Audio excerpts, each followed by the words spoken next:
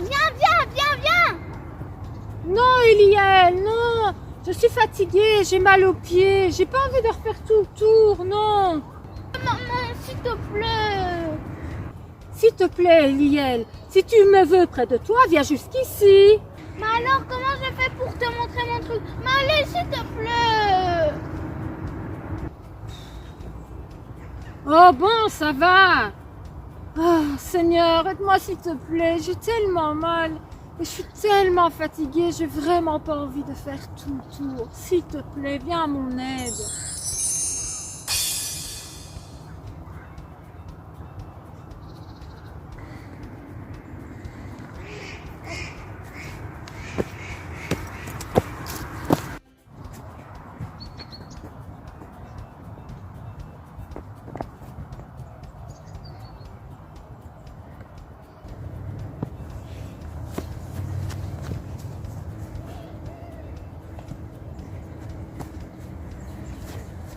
Mais comment tu as fait? T'as divisé les temps en deux parties, comment tu as fait? J'ai demandé à Dieu de m'aider. Et voilà. Mais c'est génial! Ah oui, notre Dieu, il est top. Oui, c'est vrai, Dieu est top. Viens, on va voir ta trouvaille maintenant.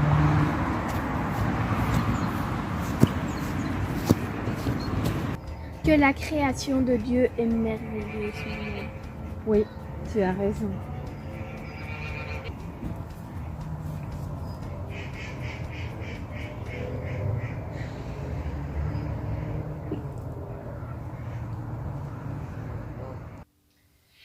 Salut les zouzous, bonjour les papas, bonjour les mamans. Bienvenue dans cette nouvelle vidéo faite spécialement pour toi.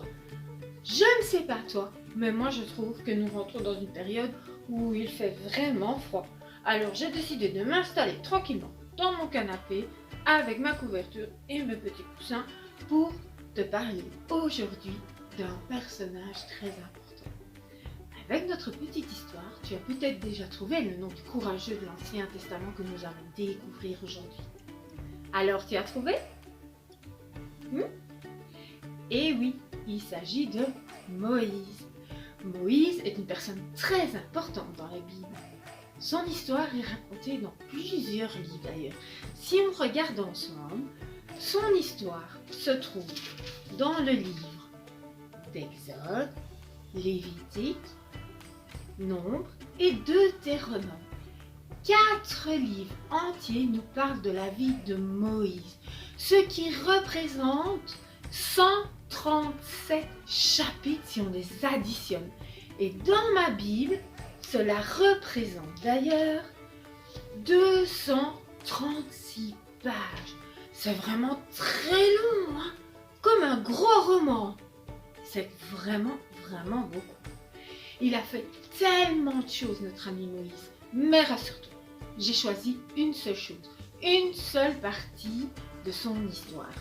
Notre histoire se trouve dans le livre d'Exode. Alors, Exode, si tu as un peu travaillé dans le défi que nous te lançons chaque semaine, c'est le deuxième livre de notre Bible, le deuxième livre de l'Ancien Testament. Donc, notre histoire se trouve dans Exode au chapitre 14, du verset 15 au verset 31. On peut même d'ailleurs commencer au verset 5, si on veut un peu plus de détails dans notre histoire. Si on regarde de plus près, dans notre Bible, il est écrit « Dieu ouvre un passage à travers la mer ». Je te propose de voir cette histoire en image. Quand on apprend à Pharaon, roi d'Égypte, que le peuple d'Israël s'est enfui, il se met en colère et dit « Quelle erreur nous avons faite en laissant partir les fils d'Israël! Ils ne seront plus à notre service !» Pharaon fait venir son char et rassemble ses troupes. Les Égyptiens poursuivent les fils d'Israël et les rejoignent au bord de la mer. Alors, les fils d'Israël, voyant les Égyptiens lancés à leur poursuite, ont très peur et crient vers le Seigneur. Ils disent à Moïse « Vraiment, quel mauvais service tu nous as rendu en nous faisant sortir d'Égypte. Ne t'occupe pas de nous, laisse-nous servir les Égyptiens. Il vaut mieux les servir que de mourir dans le désert. » Moïse répond au peuple. « N'ayez pas peur, tenez bon. Vous allez voir aujourd'hui ce que le Seigneur va faire pour vous sauver. Le Seigneur combattra pour vous, et vous n'aurez rien à faire. » Le Seigneur dit à Moïse, « Pourquoi crier vers moi? Dis aux fils d'Israël de se mettre en route. Toi, lève ton bâton. Étends le bras contre la mer. Fends-la en deux pour que les fils d'Israël pénètrent dans la mer à pied sec. » Moïse étend le bras contre la mer. Le Seigneur chasse la mer toute la nuit par un fort vent d'est. Les fils d'Israël pénètrent dans la mer à pied sec, les eaux formant une muraille à leur droite et à leur gauche. Les Égyptiens les poursuivent. À la fin de la nuit, le Seigneur observe l'armée des Égyptiens et la met en déroute. Le Seigneur dit à Moïse, « Étends le bras contre la mer, que les eaux reviennent sur les chars et leurs guerriers. » Moïse étend le bras contre la mer pour qu'elle reprenne sa place. Alors les eaux recouvrent toute l'armée de Pharaon. Ce jour-là, le Seigneur, avec sa main puissante, sauva Israël de la main de l'Égypte. Quelle histoire, les zouzous! On peut voir comment Dieu a délivré son peuple Israël d'une façon extraordinaire. Le passage de la mer Rouge est un épisode connu de l'histoire de la sortie d'Égypte. Les Israélites ont été esclaves en Égypte durant de nombreuses années. Après que Dieu ait envoyé les 10 plaies sur l'Égypte, Pharaon a enfin accepté de laisser partir le peuple. Le peuple israélite avait enfin l'accord du Pharaon pour quitter l'Égypte et leur situation d'esclaves. Les Israélites firent leur paquet et partirent en pleine nuit. Dieu leur montrait le chemin, les guidait la nuit dans une colonne de feu et le jour dans une colonne de fumée. Dieu était avec eux jour et nuit et donnait les instructions au fur et à mesure du voyage aux Israélites. Mais il y avait un problème, et un sérieux problème. La mer s'étendait devant eux et leur barrait la route. Et pire, le roi, le Pharaon, avait changé d'avis, puisqu'il les poursuivait avec son armée. Dieu les avait-il conduits juste pour qu'ils se fassent attraper et noyer? Les troupes du Pharaon approchaient et les Israélites pensaient qu'ils étaient perdus. C'est alors que sur l'ordre de Dieu, Moïse, le chef du peuple que Dieu avait choisi, étendit son bâton sur la mer. Les vagues reculèrent et un chemin apparut aussitôt au milieu. Quelle chance! Les Israélites se dépêchèrent alors de traverser. Et quand ils eurent gagné l'autre rive, l'autre côté de la mer, Moïse étendit de nouveau son bâton et les vagues revinrent à leur place. La mer se referma. Les soldats du roi qui les pourchassaient disparurent dans l'eau agitée.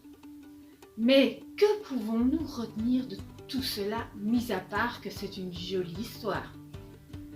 La mer représente les obstacles, nos difficultés, une situation qui nous semble sans issue. Dieu n'enlève pas nos difficultés, mais il ouvre un passage pour qu'on puisse les traverser. Et les Égyptiens représentent nos peurs. Dieu est puissant et il peut écraser nos peurs. Et oui, les zouzous, cette histoire peut nous apprendre beaucoup de choses. Mais si, j'en ai choisi exactement 5, rien que pour vous les zouzous. Écoute bien. Premièrement, aucun obstacle n'est trop grand pour Dieu. Dieu me fait sortir des situations qui me paraissent ou qui semblent impossibles, si je me confie en lui. Dans notre histoire, le peuple va se retrouver d'un côté face à la mer et de l'autre aux Égyptiens voulant les tuer. Moïse met sa confiance en Dieu sans paniquer et Dieu ouvre alors la mer Rouge pour leur permettre d'échapper aux Égyptiens. Deuxièmement, Dieu nous guide dans des chemins parfois difficiles, sans issue visible, afin que nous dépendions de lui pour nous aider, pour tous nos besoins, pour nous délivrer. Dans notre histoire, Dieu conduit le peuple face à la mer Rouge et il va puissamment intervenir pour les délivrer. Troisièmement, Dieu me délivre de l'ennemi qui me fait peur. d'une manière surprenante parfois d'ailleurs, si je lui demande et que je m'attends à lui, si je m'attends à Dieu. Dans notre histoire, après avoir été dans la joie, les Israélites ont peur car ils pensent qu'ils vont mourir, soit de noyade dans la mer, soit tués par les Égyptiens. Mais Moïse demande à Dieu de les aider et Dieu a sauvé son peuple. Quatrièmement, quand il n'y a plus d'espoir pour moi, Dieu seul est notre espoir. En lui, je mets toute ma confiance et je me confie. Il faut dépendre de lui totalement. Dieu est toujours fidèle. Nous ne sommes jamais seuls. Le peuple israélite n'a plus d'espoir devant la mer Rouge. Il est perdu. Mais Moïse leur a montré que Dieu était leur espoir. Il s'est confié en lui et ils seront alors délivrés de la mort grâce au miracle que Dieu a accompli. Cinquièmement et dernièrement, Dieu nous montre son chemin par sa parole, la Bible, et nous guide nuit et jour.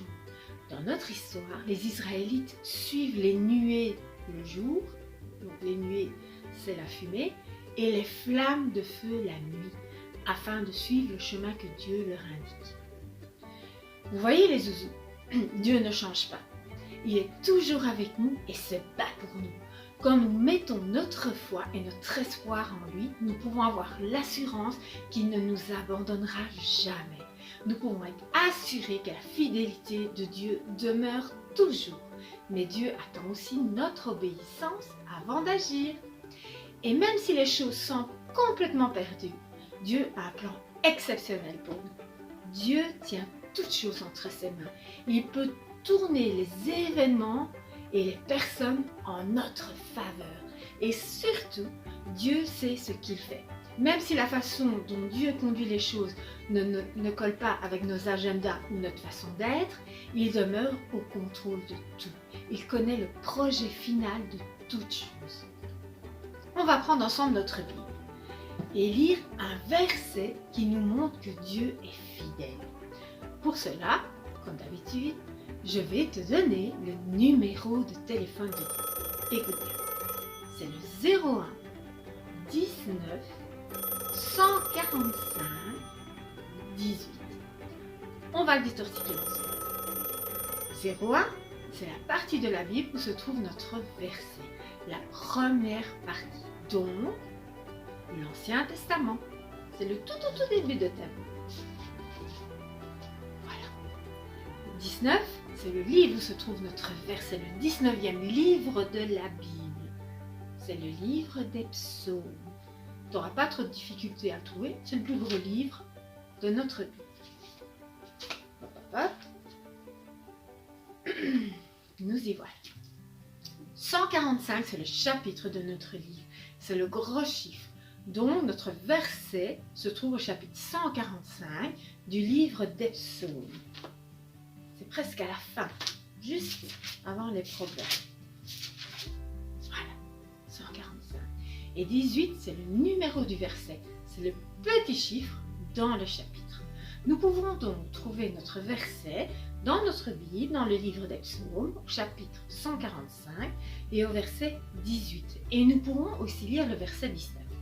Regardons ensemble ce que cela raconte.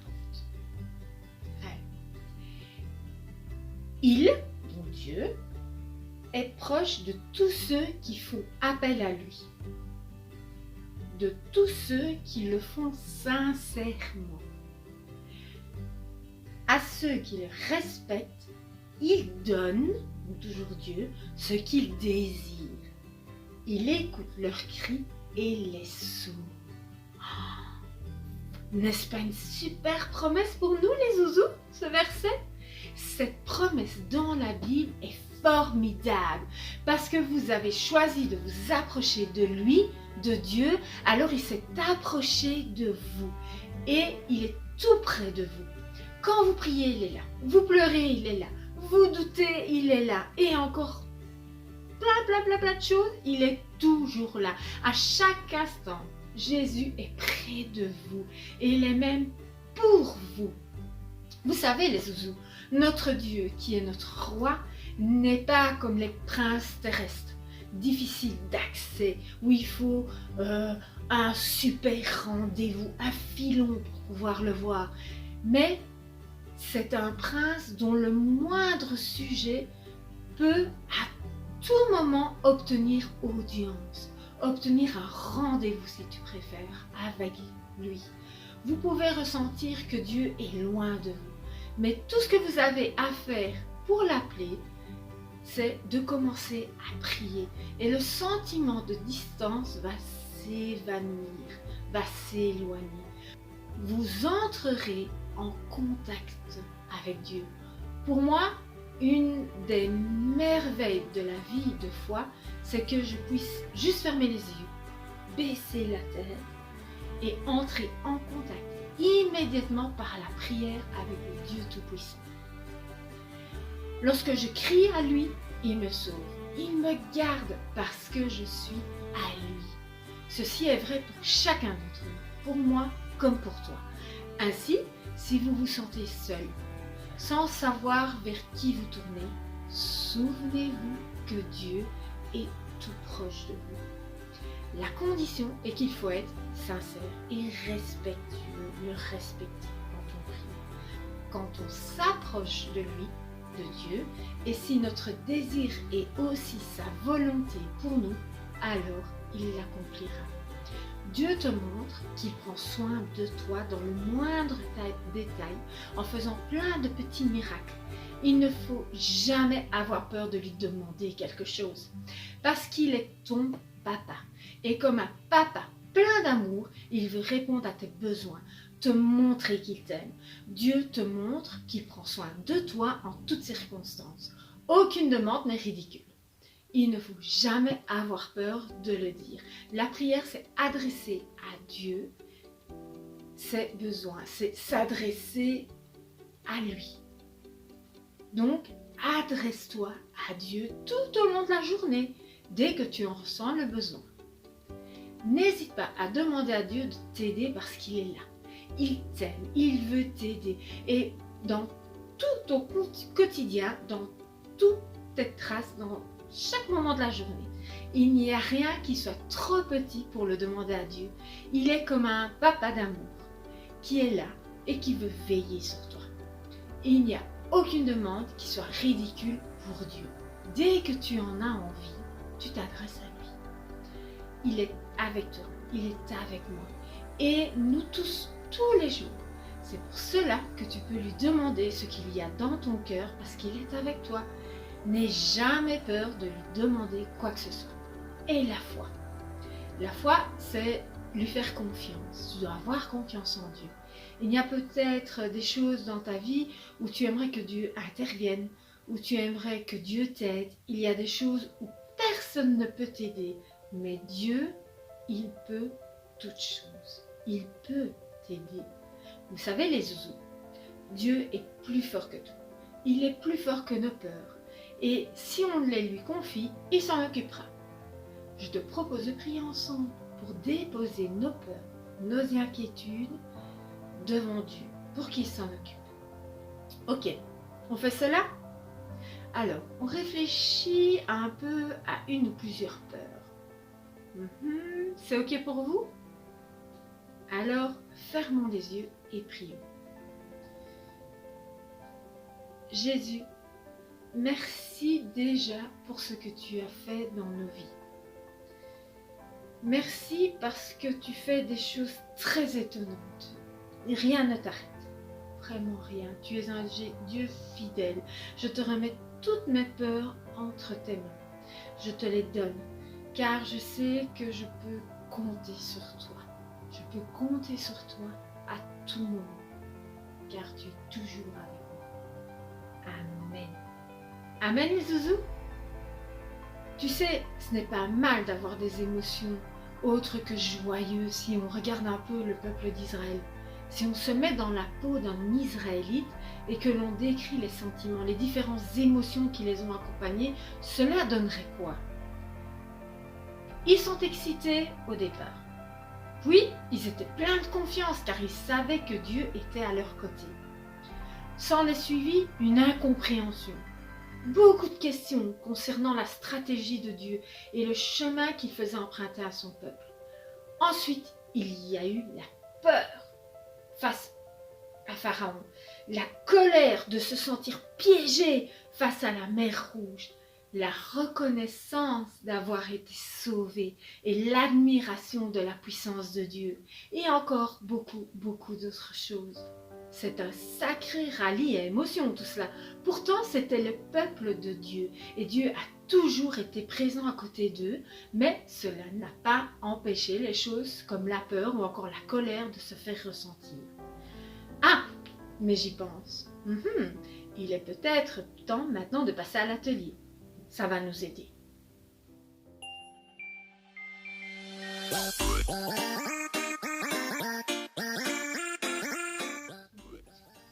Aujourd'hui, je te propose de faire un origami émotion. Regarde, c'est un petit objet tout simple qui te permet d'exprimer facilement ce que tu ressens. Il te suffira de mettre le dessin, un emoji, sur ton ressenti. C'est très simple. Ici, dans mon exemple, on a deux côtés. Alors, on a le côté rose, tu vois, pour les pas bonnes émotions. Alors, on y retrouve quoi? La peur. Si je plie simplement, hop, je ne sais pas si on voit bien, mais la colère, c'est plus facile quand c'est à plat. Et le dernier, de nouveau, si je replie, on va y trouver la tristesse. De l'autre côté, du côté bleu, on va voir les bonnes émotions. La joie. Je vais plier. Hop. L'amour. Les mignons. Et le calme. Alors, pour faire cet origami, tu as besoin de 2 feuilles carrées. Donc des carrés, c'est 4 côtés comme ceci, les mêmes. Ou 2 feuilles normales qu'on va transformer en carré. Ici, moi, j'ai pris des feuilles de couleur. Tu peux prendre des feuilles blanches. Ça n'a pas beaucoup d'importance, comme tu en as. Allez, de la colle à papier, une paire de ciseaux et de quoi colorier. Si tu ne sais pas dessiner comme moi, même les emojis, émotions, voilà, moi je ne sais pas dessiner, eh bien tu trouveras dans la description de cette vidéo ce que tu viens de voir, ce que je viens de te montrer, qu'il te suffit d'imprimer, de colorier, de découper et de coller. Je te montrerai tout à l'heure comment faire. Pour commencer, si besoin, je vais transformer ma feuille rectangulaire. Bon, c'est pas 4 côtés les mêmes, j'ai 2 côtés plus longs que les 2 autres, en carré. Pour ça, c'est simple, je vais prendre le coin du dessus et je vais le rabattre sur ma ligne du bas. Tu vois? Ici. Bien droit jusqu'à la petite pointe. Voilà. Et je plie. Voilà. Il ne me reste plus, tu vois, qu'à découper ici sur le trait. Et ça formera donc un carré. Je vais te montrer.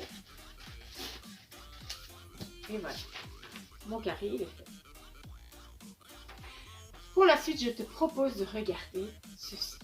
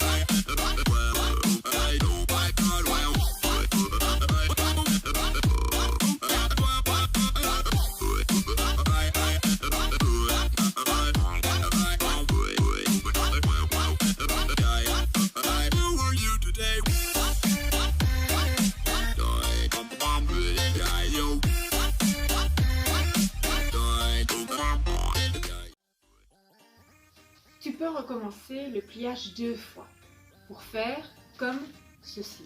Un bon et un mauvais côté. Et tu les colles dos à dos, l'un à l'autre, avec ta colle à papier.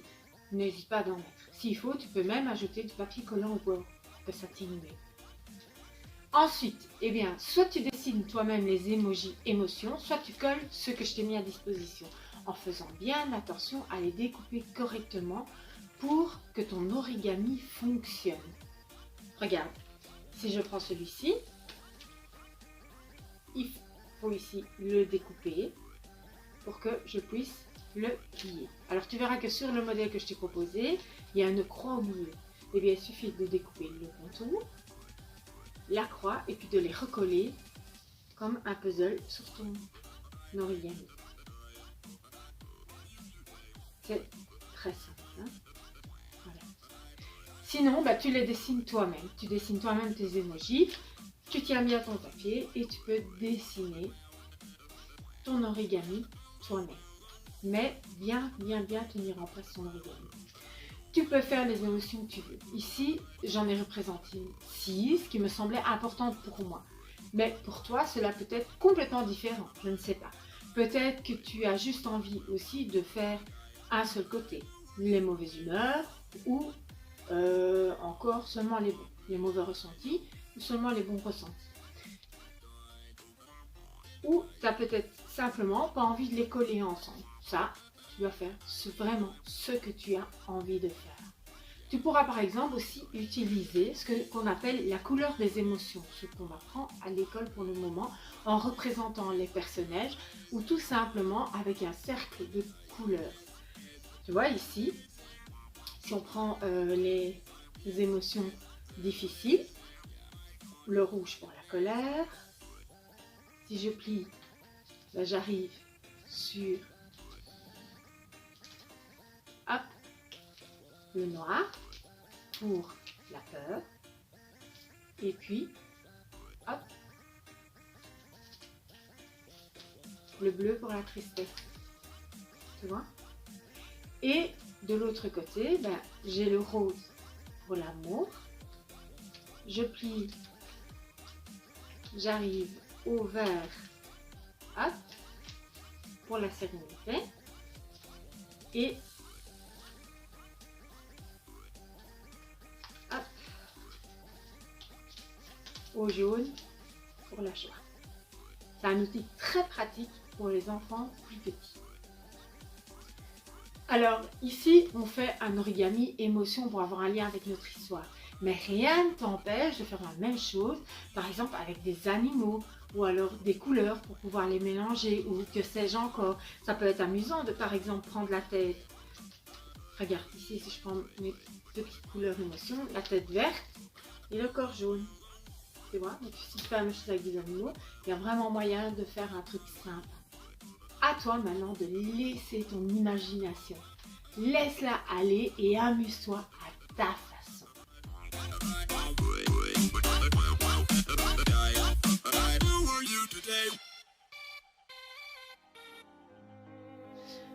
Voilà, j'espère que cette vidéo t'a plu et... Ah, excusez-moi. Oui, j'ai oublié quoi? Oh, oui, merci beaucoup. On y va tout de suite. Oui, merci beaucoup. Eh bien les zouzous, heureusement que mon rédacteur en chef suit, hein? N'a-t-on rien oublié de faire? Non? Oui, exactement, notre défi zouzou de la bibliothèque. Donc, allons-y!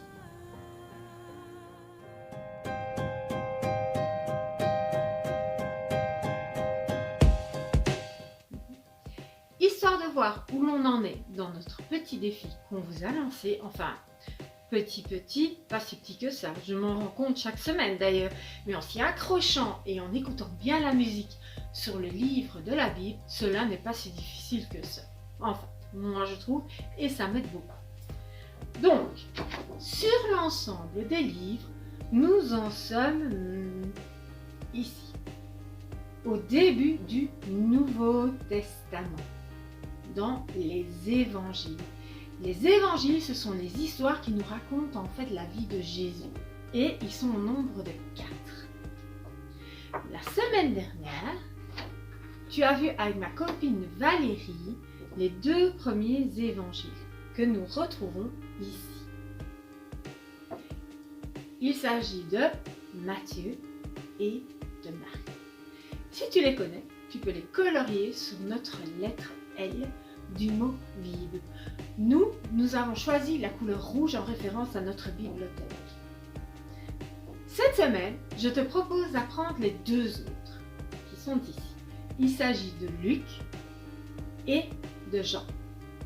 Alors, tu peux te dire, mais Zouzou Estelle, si ces 4 livres nous racontent toute la vie de Jésus, pourquoi en avoir 4 et non qu'un seul? C'est une très bonne question. La raison est très simple, c'est que chacun des évangiles nous parle de Jésus à sa façon. Matthieu, par exemple, nous parle de Jésus comme un roi. Marc, lui, nous décrit surtout comme un serviteur par excellence, un super serviteur si tu préfères, ou encore le meilleur des serviteurs de Dieu. Ensuite, Luc nous parle de Jésus comme le Fils de l'homme venu chercher et sauver ceux qui étaient perdus, les pécheurs comme toi, comme moi. Et enfin, Jean nous révèle le meilleur plan d'amour que Dieu a pour ce pauvre monde. Donc pour nous, pour toi, pour moi. Donc on peut dire que ces 4 livres se complètent et forment un tout, si tu veux. Si on réunit ces 4 livres, au fond, ils ne pourraient en former qu'un. Et ils racontent tous un peu la même chose, mais à leur façon. N'oublie pas d'écouter la musique que l'on te propose à la fin et que tu peux aussi retrouver facilement d'ailleurs sur YouTube. Ça va vraiment t'aider à retenir tous ces livres car au total, si on regarde bien, nous en sommes à 39 livres pour l'Ancien Testament et 4 du Nouveau Testament. Ça fait un total de 43 livres. C'est vraiment super ça les zouzous, non? Tu peux aussi relire les noms à connaître sur les lettres. Nous avons déjà vu les 3 premières lettres car elles représentaient les livres de l'Ancien Testament. Et nous avons commencé donc le L maintenant. Je sais que ce n'est pas facile, hein, mais je sais aussi qu'avec l'aide de Dieu, on va y arriver ensemble. Je te le promets.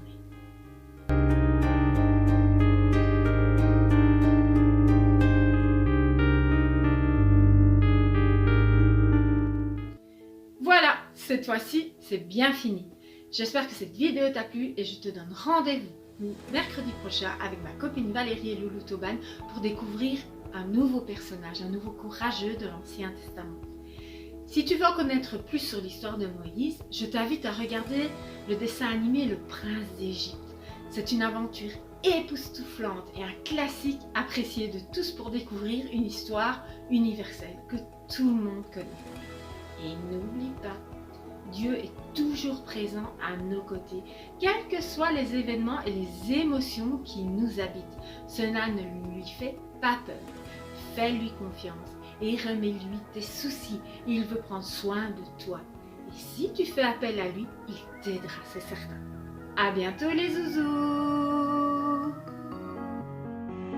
Genèse, Exode, Lévitique, Nombre, Deutéronome, Josué, Juge, Rutin et de Samuel, un roi, 2 rois, les chroniques, Esdras, Néhémie, Esther, Job, Psaume, les proverbes et Ecclésiaste, Cantique, Ésaïe, Jérémie, Lamentation, Ézéchiel et Daniel, Osée, Joël, Amos, Abdias, Jonas, Michée, Naoum, Habakkuk, Sophonie, Agé, Zacharie, et pour finir il y a Malachie. Je veux mieux te connaître, savoir qui tu es. C'est au travers de la Bible que c'est possible. Creuser, les chercher, je veux mieux t'aimer. J'apprends par cœur tous les livres de la Bible. Oh, oh, oh, oh, oh, oh. J'apprends par cœur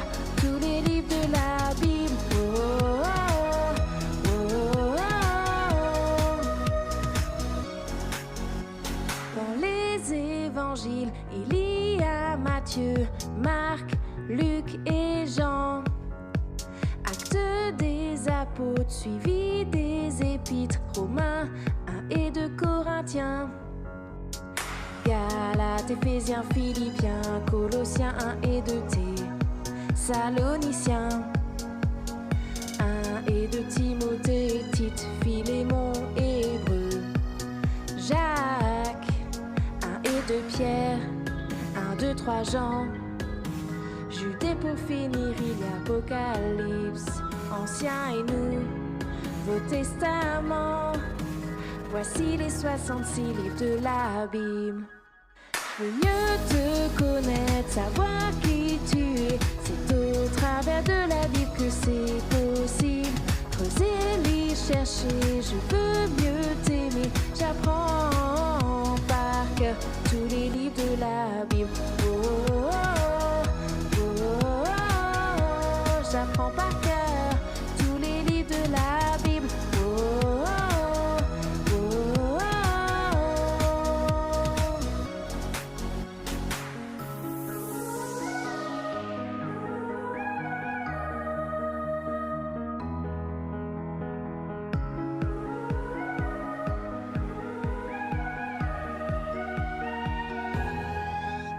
Je veux mieux te connaître, savoir qui tu es. C'est au travers de la Bible que c'est possible. Creuser, lire, chercher,